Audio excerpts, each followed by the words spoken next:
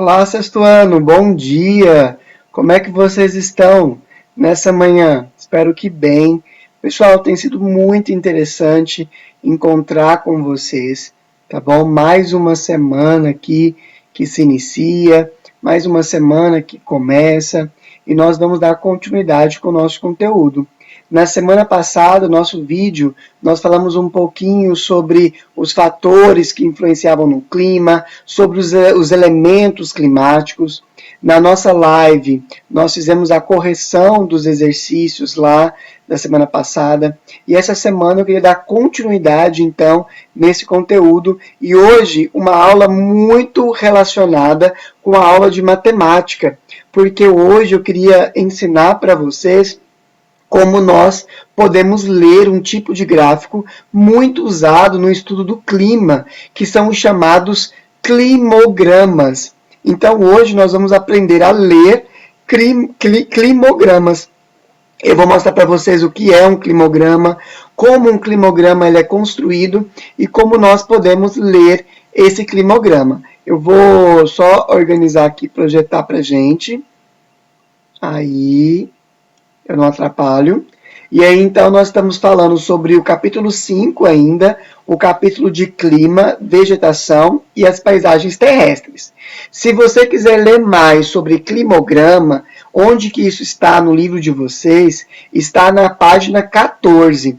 Podem abrir lá na página 14, que vocês vão ler um pouco lá sobre climograma. Tá? Então, sempre que tiverem dúvidas, vocês podem voltar nesse vídeo e assisti-lo quantas vezes quiser, ou vocês vão no livro, na página 14, e leiam lá um pouquinho sobre os climogramas, beleza?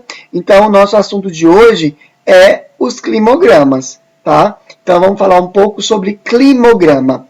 Pessoal, essa palavrinha é dividida em duas partes, né? Climo e grama.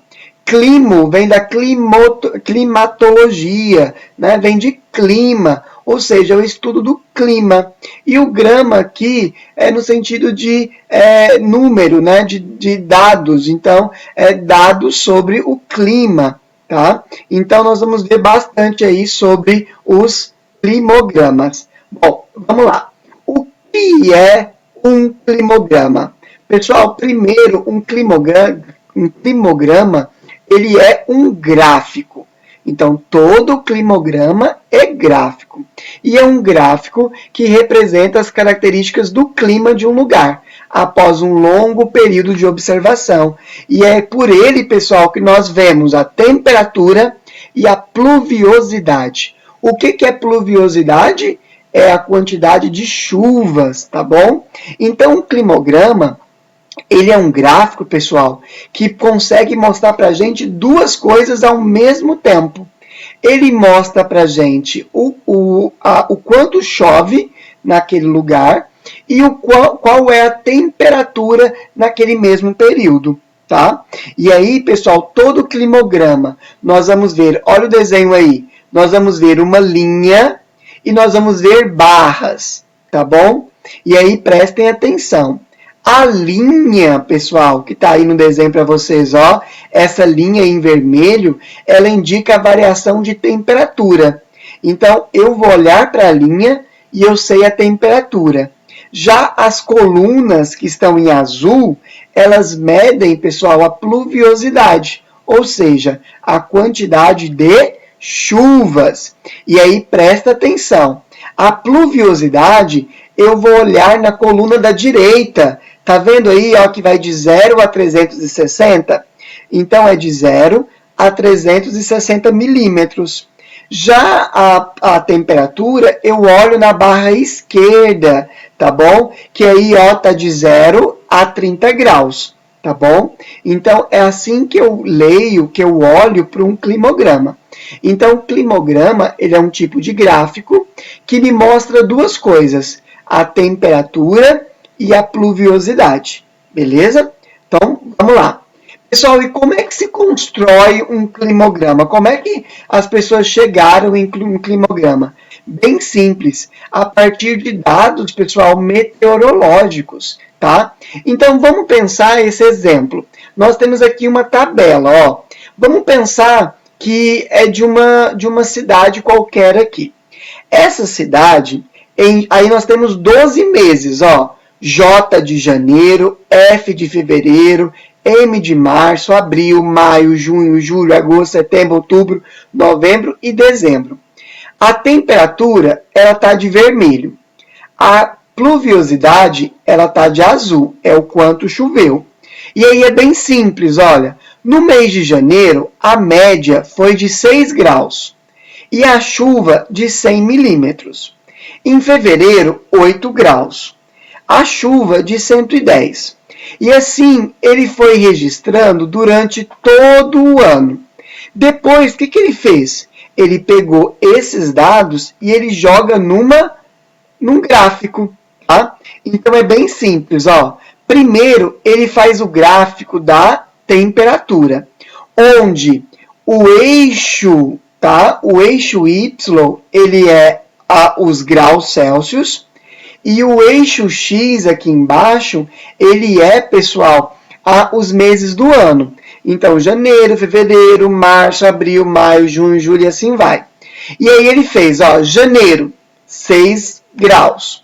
Fevereiro, 8 graus. Março, 10. Abril, 16. Maio, 20. Junho, 23. Julho, 23. Agosto, 20.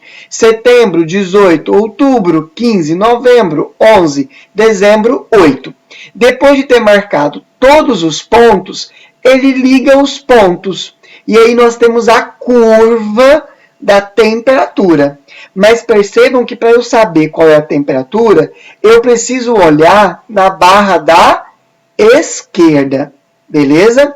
Depois, pessoal, que eu fiz a linha da temperatura, ele vai colocar agora a pluviosidade. Aí ele vai usar uma outra escala. Para isso, ele vai construir um outro eixo Y, só que agora à direita do gráfico. Ele vai colocar agora a pluviosidade. A pluviosidade, olha ela aí, ó. Eu crio também do mesmo jeito, de 0 a 15, a 30, 45. E aí eu coloco todas as variações nos meses. Depois, pessoal, é só juntar os dois gráficos, tanto de temperatura quanto de pluviosidade. Quando eu junto os dois gráficos, quando eu uno os dois gráficos, ele fica assim. A linha de temperatura, eu olho ela para a esquerda. Olha lá, temperatura. A pluviosidade, eu olho ela para a direita. Beleza? E aí, pessoal, eu consigo criar análises. Por exemplo, eu percebo, olha, que nos meses da primavera, a temperatura é amena e chove bastante. No outono também. Mas olha o que acontece no verão, ó, nos meses de junho, julho e agosto, que é verão nessa cidade. A temperatura é muito alta, porque é verão. Mas olha a chuva. A chuva é muito baixa, chove pouco nessa época do ano. Então eu sei que quanto maior a temperatura, menor a quantidade de chuva, tá? Então, o climograma, ele é capaz de mostrar isso pra gente, tá? Qual é a temperatura e qual é a quantidade de chuva naquele mesmo período, ok? Pessoal, e como é que eu analiso um climograma? É bem simples. Qual que é a maior temperatura? É só eu olhar o ponto mais alto da curva. Se eu olhar o ponto mais alto da curva, que está aqui, e eu for aqui, ó, para a esquerda, eu vou ver que a maior temperatura está entre 25 e 30 graus.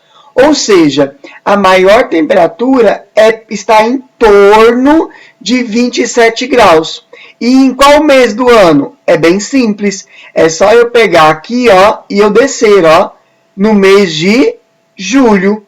Então, a maior temperatura é por torno de 27 graus no mês de julho. E qual que é a menor temperatura? É só eu olhar o ponto mais baixo da curva. É esse daqui, que está em torno, olha lá, um pouquinho acima de 5. Ou seja, em torno de 6 graus. Tá bom? Em qual mês? No mês de janeiro. E qual que é a amplitude térmica? Vocês lembram lá que a amplitude térmica é a diferença da máxima com a mínima.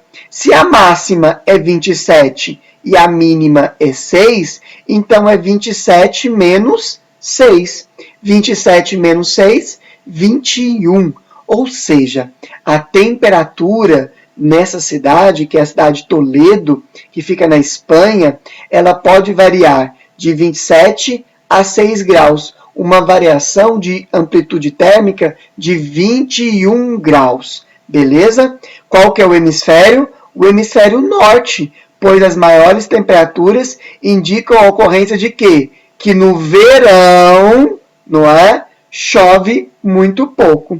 Se fosse aqui, pessoal, o nosso verão é o nosso período chuvoso. Nós estamos agora, saímos do inverno, né, agora, e o nosso inverno que é seco. Então, eu já sei que aqui é um hemisfério norte.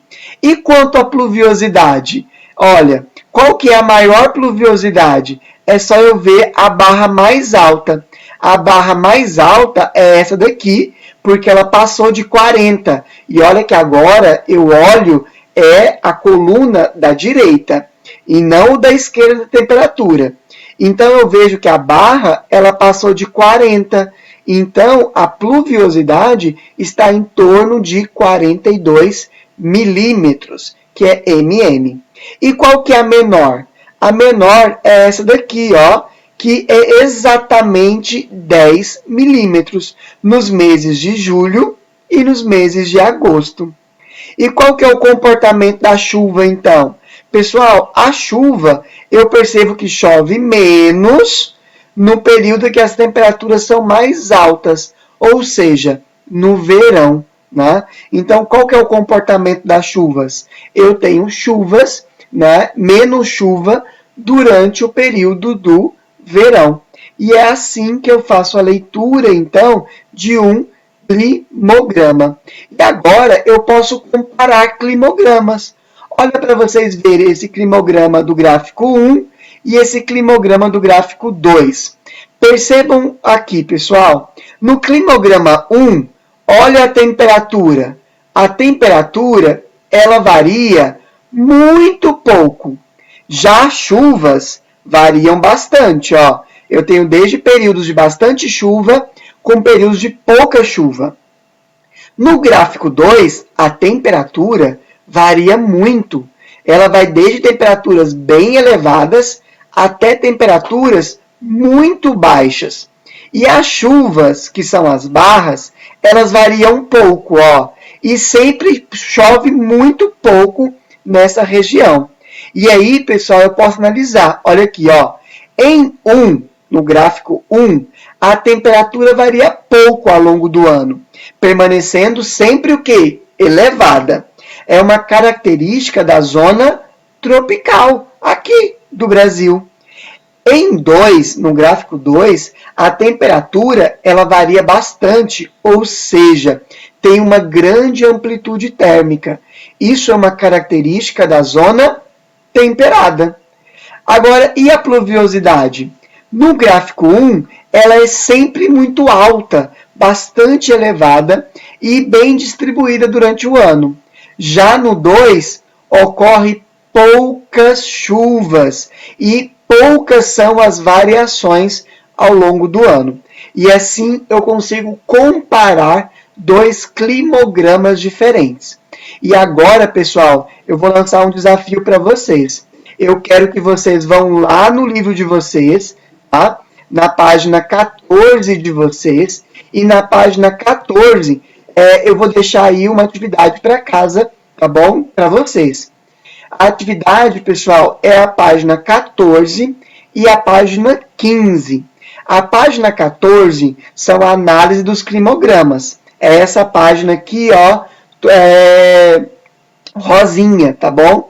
Você vai fazer os exercícios aí 1, os exercícios 2 e os exercícios 3, tá bom? Então, você vai fazer esses 3 exercícios aí da página... Opa, deixa eu voltar aqui. Você vai fazer esses 3 exercícios aí da página de vocês, tá bom? Que são esses. Exercício 1, 2 e 3. Na página 15, você vai fazer apenas o exercício número 1, tá bom? Você vai fazer aqui letra A, letra B e letra C. E aqui você vai construir um climograma. Pessoal, construa de lápis, porque na nossa próxima live, na quarta-feira, nós vamos corrigir essa atividade juntos, tá bom? Mas faça a atividade hoje.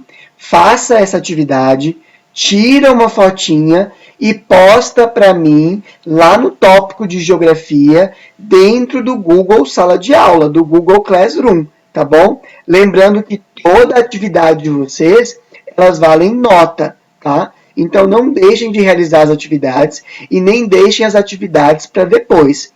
Então, atividade homework de hoje, atividade página 14, número 1, 2 e 3, e a atividade da página 15. Só a número 1 do para fazer agora, tá bom? E aí vocês vão fazer, vão tirar a foto e vão postar para mim dentro do Google Classroom. Eu vou estar lá e aguardando as atividades de vocês até no máximo amanhã. Beleza? Eu não quero que no dia da live tenha aluno lá que não tenha feito atividade. Então façam, pessoal. Tá valendo nota, tá bom? Vocês estão sendo avaliados por essa atividade. E, pessoal, na quarta-feira, então, a gente corrige essa atividade juntos. Eu espero que vocês tenham aprendido aí sobre o que é um climograma, como construir e como ler esse climograma. Por isso, qualquer dúvida, leia lá a página 14 ou assista novamente esse vídeo, tá bom? E faça o exercício. Ele é importante para colocar em prática aquilo que nós estamos aprendendo, tá bom? Pessoal, no mais é isso. Queria desejar a vocês aí, então, bons estudos, boa atividade. Tenham um ótimo restinho de dia e nós nos vemos, então, na quarta-feira que vem na nossa live. Beijão, pessoal. Fiquem com Deus. Até! Alunos, bom dia, tudo bem com vocês?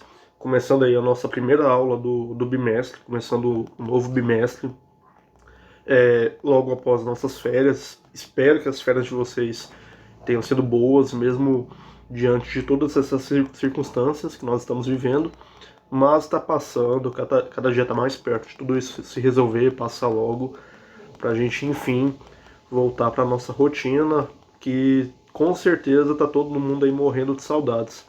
E, pessoal, para a aula de informática de hoje, eu trouxe um tema novo, um conteúdo novo para a gente discutir, conversar aqui juntos. E aí, falar um pouquinho sobre a nota de informática para esse terceiro bimestre, ao longo de todas essas aulas, eu vou passar um trabalho futuramente que englobe aí essas aulas, desde a de hoje até as que nós vamos ter. E aí, por cima do trabalho, das atividades para casa, a gente gera uma nota, igual foi no bimestre passado, que tivemos algumas atividades, algumas foram para o Google Classroom, algumas vocês mandaram no WhatsApp. A gente vai seguir aquele mesmo esquema. E para a aula de hoje, para a gente começar aí um novo bimestre, um novo semestre até, eu quero falar com vocês sobre profissões da era digital. É um tema interessante, eu quero apresentar para vocês algumas profissões que, com esse avanço da tecnologia, com a globalização, com toda essa revolução tecnológica que a gente vive tão rápido, né? A gente conversou o semestre passado sobre a criação da tecnologia, a evolução. Vocês viram desde quando surgiu a tecnologia até hoje, o quanto nós evoluímos e o quanto continua evoluindo. E não é só os eletrônicos que evoluem, não. As profissões, o mercado de trabalho, ele também sofre mudanças com toda essa revolução tecnológica. E por mais que vocês estejam novos aí para estar pensando em profissão, mas já é apresentar alguma coisa para vocês terem ideia aí do quanto o mercado é vasto. E vocês que gostam de tecnologia, talvez se identifiquem, achem que gostem, depois pesquisem, ou pesquisem outras profissões que surgiram da era digital.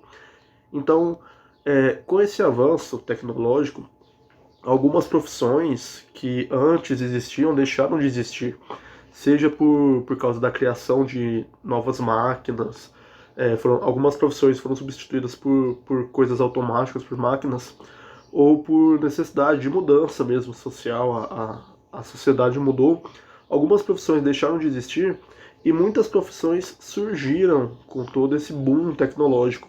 Profissões recentes, que talvez na época dos avós de vocês, algumas até na época dos pais de vocês nem existiam, ninguém pensava que iria existir essas profissões e hoje existem.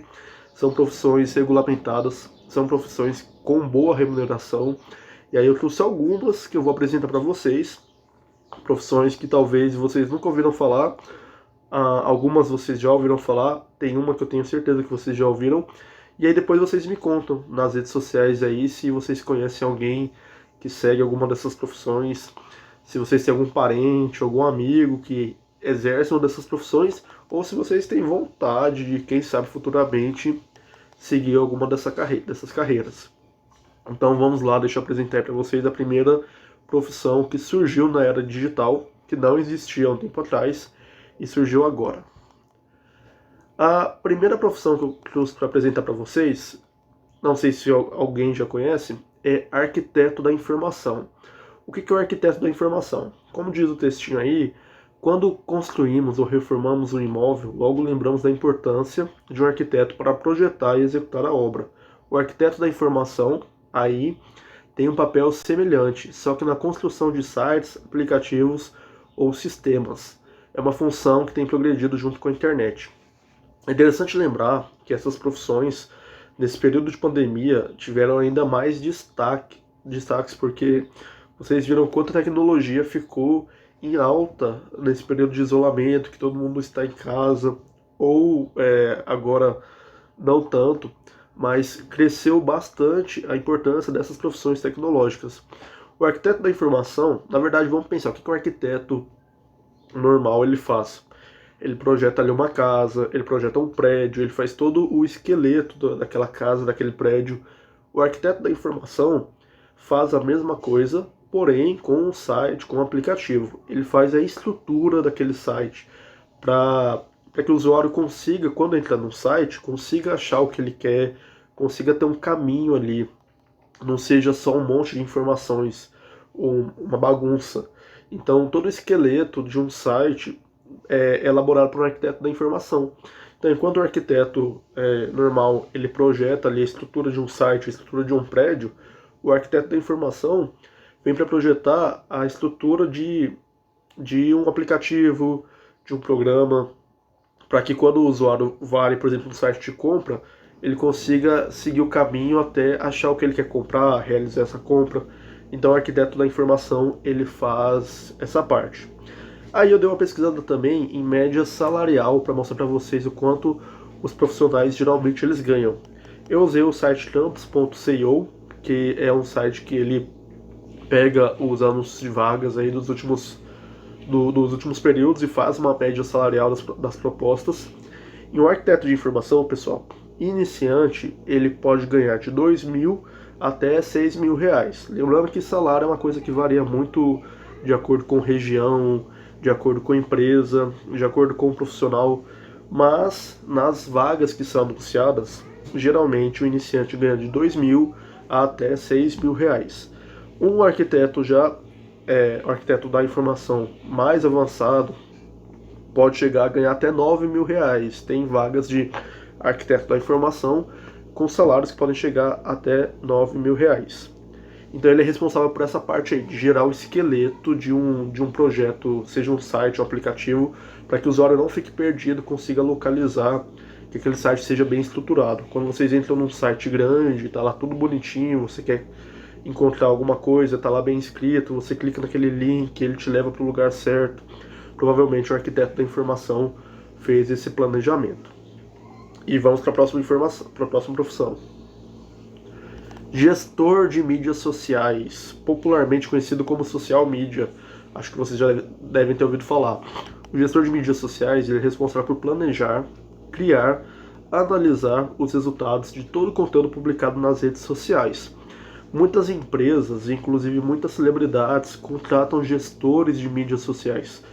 E o que eles fazem? Eles não são responsáveis só por fazer uma postagem.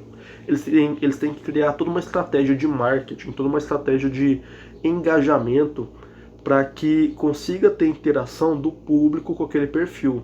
Então, grandes empresas aí, artistas famosos, contratam gestores de mídias sociais para criar material. Então, aquela publicação, quando vocês veem a publicação de um artista, talvez teve todo um trabalho por trás daquela publicação, quanto à foto, a hora de publicação, a hora de ser publicado, hashtags que são utilizadas, e não só quando publicação, mas fazer enquetes, fazer interação com os usuários, elaborar sorteios. Tudo isso pode ser feito pelo gestor de mídias sociais, que ele cria ali toda uma estratégia para que ele consiga atrair aquele seguidor e consiga manter uma boa relação. Alguns artistas, pensa aí uma pessoa famosa que vocês seguem e tem milhões de seguidores, às vezes, claro que pode ser o próprio artista que administra, mas pode ser que ele tenha uma equipe de gestão de mídias sociais para que ajude ele a responder os fãs. Então, muitas vezes, o artista, você acha que o artista que está respondendo ali aquela mensagem da mídia social, mas às vezes é uma equipe que está respondendo por ele. Isso acontece muito. A pessoa fez a postagem, às vezes não foi aquele artista que fez a postagem, foi um gestor de mídia social que fez aquela postagem. Porque realmente uma rede social muito grande, imagina aí milhões de seguidores, é difícil de administrar, precisa de alguém para administrar, e principalmente nesse período de pandemia, as redes sociais ficaram muito em alta até para venda também. Então, para fazer a venda, tem toda uma estratégia de marketing ali, para anunciar aquele produto, para divulgar aquele produto nas redes sociais, para impulsionar uma publicação. Às vezes você está ali descendo a rede social e aparece uma publicação de uma página que você não segue e aparece como patrocinado. Então pode ser um gestor que impulsionou essa publicação para que chegue até você. É ele que faz ali, que vê o público. Quem que é o público desse meu cliente? São crianças, são adolescentes, são adultos? Então eu vou pensar no material para essa galera. Então, gerenciar redes sociais, cuidar de redes sociais, também é uma profissão, com certeza uma profissão que alguns anos atrás não existiam, porque as redes sociais nem existiam ou não eram tão importantes, mas hoje a gente sabe que redes sociais são uma forma de venda, de relacionamento. Então existe uma equipe, uma galera por trás disso, cuidando, gerenciando, administrando mídias sociais. E aí esse profissional se chama gestor de mídias sociais. Ele é pago, ele é contratado para administrar a rede social de uma outra pessoa, de uma outra empresa, para alcançar ali certos objetivos. Também pesquisei sobre um gestor de mídias sociais, e a média salarial de um gestor de mídias sociais vai de R$ 2.200 até R$ 3.500. Grandes empresas chegam a anunciar vagas de gestor de mídias sociais por R$ 4.800 média salarial. Lembrando que é média salarial, então pode ser um pouco mais, pode ser um pouco menos, depende da vaga.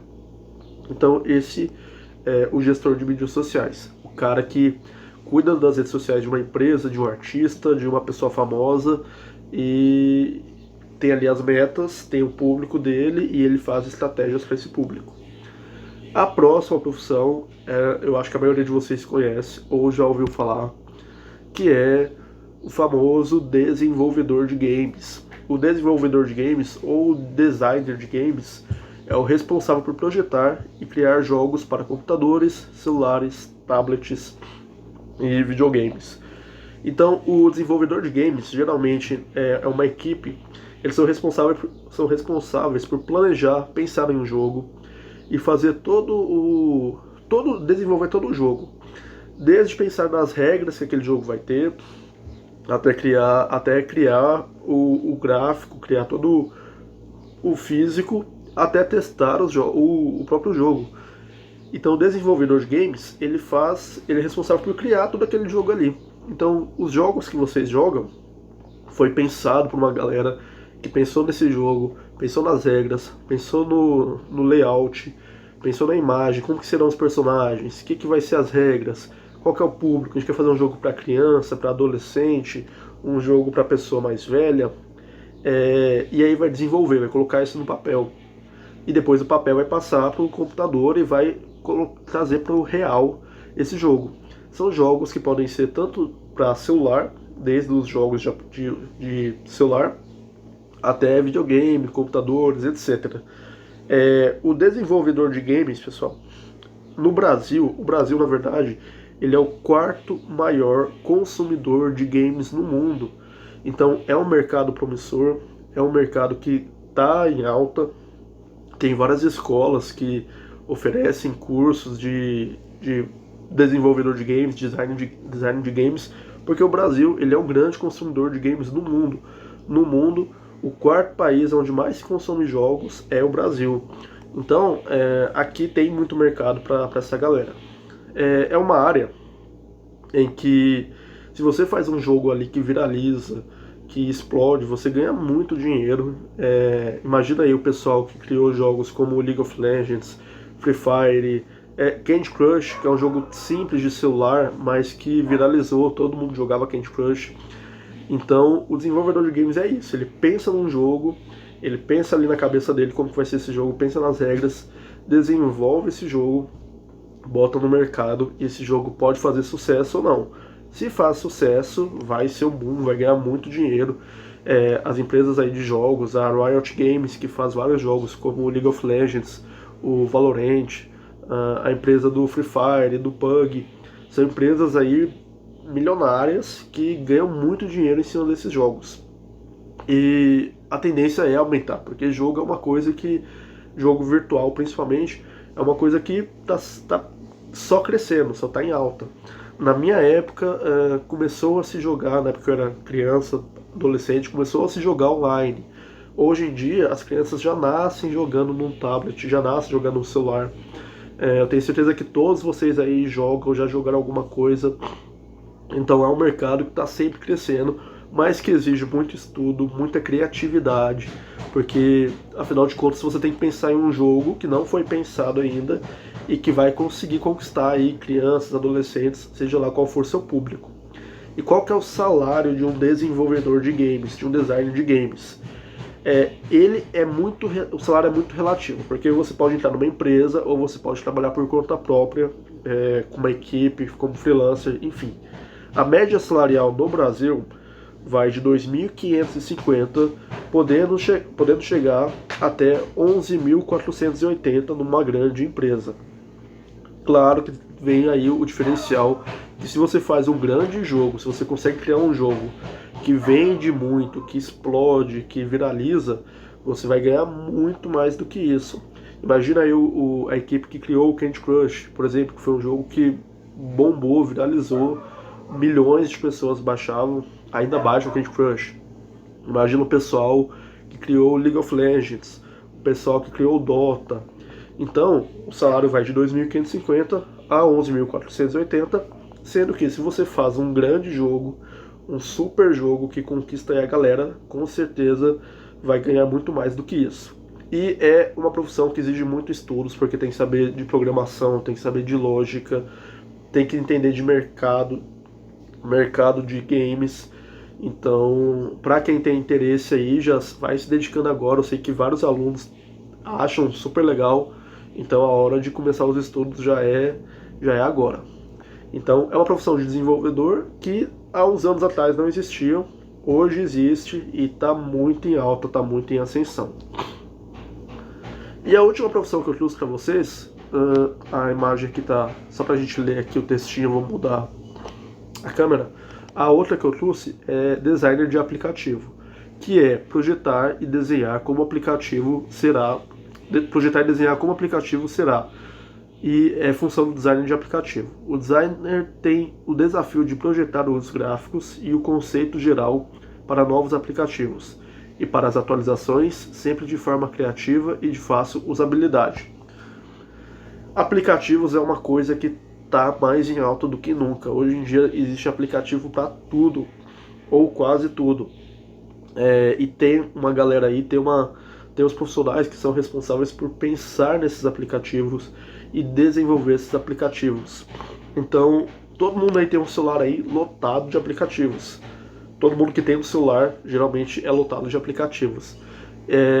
Esses aplicativos são pensados, são desenvolvidos por esses designers que pensam aí geralmente na necessidade em um problema da comunidade e desenvolvem um aplicativo para aquilo.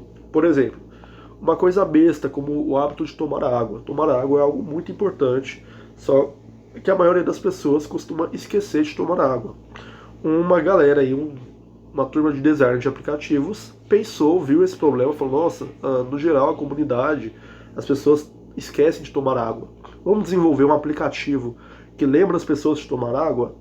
E aí desenvolveram um aplicativo que lembra as pessoas de tomar água, e é um aplicativo super famoso, ganharam muito dinheiro em cima disso. Uma ideia simples que explodiu ali e virou um super aplicativo que lembra as pessoas de tomar água. Outra coisa, aqui no Brasil, por exemplo, as pessoas vão para o ponto de ônibus e ficam minutos, talvez até horas esperando o ônibus. E aí uma galera pensou, nossa, vamos fazer um aplicativo que avisa a hora que o ônibus vai passar, assim a pessoa ela só sai de casa quando o ônibus estiver passando? Vamos. Tiveram essa ideia, viram um problema, tiveram a ideia, pensaram no aplicativo e aí bombou o aplicativo, ganharam muito dinheiro em cima de um aplicativo que avisa a hora que o ônibus está passando. Então, geralmente esses designers veem aí alguma ideia, vê algum problema na sociedade e pensam não só em aplicativos de jogos, tem aí aplicativos de jogos, mas em aplicativos que ajudem a comunidade, ajudem a sociedade em cima de alguns problemas. Então tem que ser uma pessoa criativa, exige muito estudo, claro, e tem que saber ali pensar no problema e ter uma ideia criativa e desenvolver esse aplicativo. Geralmente é uma equipe, o designer de aplicativo ele não trabalha sozinho, ele trabalha com outros designers, porque tem que pensar ali no marketing, tem que pensar na parte do layout, do visual, em todo o desenvolvimento do aplicativo. Então, em compensação, é uma profissão que se você fizer um aplicativo que fique famoso, que viralize, vai ganhar muito dinheiro, porque a maior parte das pessoas, a maioria das pessoas tem celular, a maioria das pessoas gosta de ficar procurando aplicativo. Então, hoje em dia, devido a tantas pessoas com celulares, tantas pessoas usando aplicativos, tem aplicativos para tudo. E o designer de aplicativo ele pode trabalhar para uma empresa. Por exemplo, bancos que contratam um designer de aplicativo para criar um aplicativo de banco. A maioria das pessoas hoje em dia usa o aplicativo de banco. E esse aplicativo foi criado por um designer de aplicativo. Então é uma profissão aí também em ascensão, em alta, uma profissão que há um tempo atrás não existia, porque os smartphones é algo relativamente recente, e aí com o smartphone veio esse boom de aplicativos. Tem aplicativo para tudo, aplicativo para despertador, aplicativo para tomar água e por aí vai. Também dei uma pesquisada no mercado de trabalho de designers de aplicativos, e um design ele pode ganhar de R$ 1.700 até R$ 3.600, essa é a média salarial. E aí, assim como o design de jogos, o design de aplicativos vem com um extra, que se o designer cria um aplicativo que faz muito sucesso, ele vai ganhar muito mais dinheiro do que essa média salarial aqui. Essa média aqui é uma média de salário, mas se ele fizer um aplicativo aí que faça muito sucesso, que estoure aí no mercado, vai ganhar com certeza muito dinheiro, porque todo mundo que tem celular tem ali diversos aplicativos e tem aplicativo para quase tudo. Então, se você tem uma ideia de aplicativo, quem sabe aí anota essa ideia, quem sabe essa ideia no futuro você não pode desenvolver um aplicativo e ganhar muito dinheiro em cima desse aplicativo. Eu tenho um amigo que recentemente desenvolveu um aplicativo que ele fez por base de um problema na casa dele, que na casa dele são várias pessoas e eles têm cachorrinhos, e aí nunca sabem se alguém deu água, tem que ficar perguntando, você deu água pro cachorro, você deu comida? Aí ele desenvolveu um aplicativo que quando alguém da família, todo mundo da família tem, quando alguém da família vai lá e coloca comidinha, vai lá e marca que já deu comidinha. Porque assim outra pessoa não vai lá e repete dando comidinha. Então olha lá, fulano já deu comidinha, então não precisam preocupar em dar comidinha pro cachorro. Ele desenvolveu um aplicativo que faz isso, que gerencia essa questão de dar água pro cachorro, dar comida pro cachorro, e tá fazendo um sucesso bom aí, um sucesso legal. Então, através de ideias pequenas, talvez ideias até bobas, como um aplicativo que lembra a hora de tomar água, pode ser aí grandes ideias, grandes aplicativos para o futuro. Então, se você tem ideias, anote, Quem sabe aí você não pode ser um grande desenvolvedor de aplicativo no futuro. E pessoal, essa era a última profissão que eu trouxe para hoje, para não ficar muito extenso o nosso vídeo. Espero que tenha sido interessante. Se vocês souberem de outras profissões que vocês achem legais, podem me contar ali nas redes sociais ou aqui nos comentários dos vídeos, pelo WhatsApp, enfim. E próxima aula de informática eu vou trazer um conteúdo diferente para vocês. E aí a gente prepara um trabalho para a gente fechar a nota em cima de todas essas aulas, ok? Então é isso, pessoal. Eu desejo um ótimo semestre de estudos para vocês, uma boa semana. Qualquer coisa, qualquer dúvida, podem me procurar nas redes sociais. Vocês sabem que todos os professores aí estão de plantão para ajudar vocês no que for. E qualquer coisa vocês sabem onde chamar. Já tem o WhatsApp dos professores, tem as redes sociais do colégio também. É só chamar a gente, ok? Então, pessoal, fiquem com Deus, uma ótima semana, bons estudos, um abraço e tchau, tchau.